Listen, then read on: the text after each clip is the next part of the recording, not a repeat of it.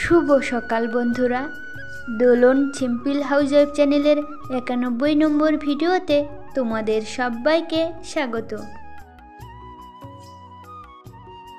যে যেখান থেকে আমার ভিডিওটি দেখছো, আশা করছি তোমরা সবাই অনেক অনেক ভালো আছো। আর তোমাদের আশীর্বাদে আমিও কিন্তু অনেকটাই ভালো আছি।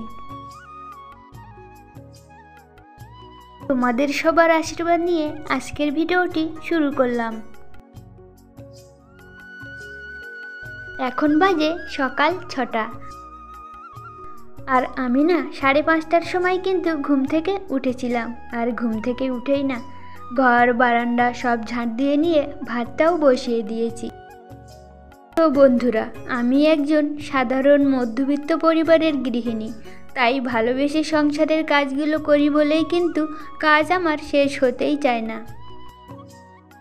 আর ভাতটাকে বসিয়ে দিয়ে কিন্তু সবজিগুলো কাটছিলাম। আর দেখো, সবজি কাটতে কাটতেই না আমার ভাতটা কিন্তু প্রায় হয়ে গেছে। আর আজকেও কিন্তু তোমাদের দাদা ভাইয়ের 7:30টার মধ্যেই আমাকে রান্নাটা কমপ্লিট করে দিতে হবে।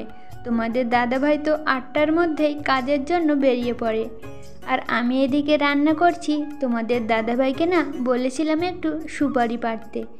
একটা গাছে না অনেকগুলো সুপারি পেকে গেছিলো, তাই তোমাদের দাদাভাই কিন্তু চালের ওপর সুপারি পাড়তে উঠে গেছে। আর আমি এদিকে রান্নাটা কমপ্লিট করে তোমাদের দাদাভাইয়ের জন্য ভাতটা বেড়ে রেখেছি।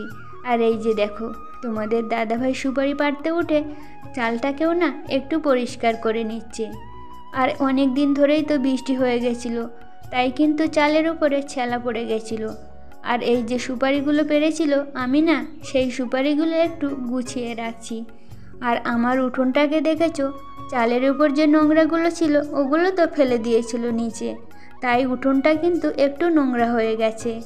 আর আমি সুপারিগুলো গুছিয়ে নিয়ে উঠোনটাকে না একটু ভালো করে ঝাঁট দিয়ে পরিষ্কার করে নিচ্ছি।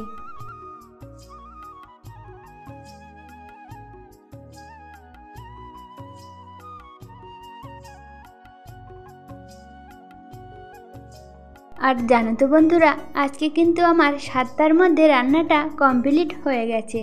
1 ঘন্টার মধ্যেই কিন্তু আমি রান্নাটা কমপ্লিট করে নিয়েছিলাম।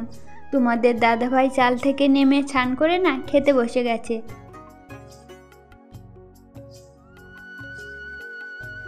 আর জানো তো বন্ধুরা, আমার ছেলে মেয়ে না এখনও কিন্তু ঘুম থেকে ওঠেনি। আর আমার মেয়ে তো 9টা না বাজলে ঘুম থেকে উঠতেই চায় না।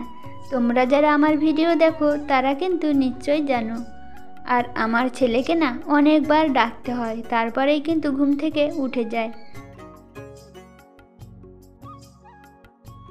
আর উঠোনটাকে ঝাঁট দিয়ে না উনুনটাতে কাল রাতে একটু রান্না করেছিলাম, তাই উনুনটাকে একটু ভালো করে নেতা দিয়ে নিচ্ছি। আর জানো তো বন্ধুরা, আমাদের মতো মধ্যবিত্ত পরিবারের গৃহিণীদের কিন্তু ভালোবেসেই সংসারের কাজগুলো করতে হয়। আর একটা কথা কি জানো তো, ভালোবেসে যে কোনো কাজ করলে কিন্তু খুব সহজে আর তাড়াতাড়ি কমপ্লিট হয়ে যায়। আর আমি না ভালোবেসে সংসারের সব কাজগুলোই করি বলে আমার কিন্তু কাজ সারাদিন শেষ হতেই চায় না। মনে হয় যেন এই কাজটা হয়ে গেলে ওই কাজটা একটু করে নেব। আর আজকে কাজগুলো করে রাখলে কালকে মনে হয় কাজ একটু কম থাকবে, কিন্তু না, জানো তো বন্ধুরা, কাজ করতেই থাকি কিন্তু কাজ না আর শেষ হয় না।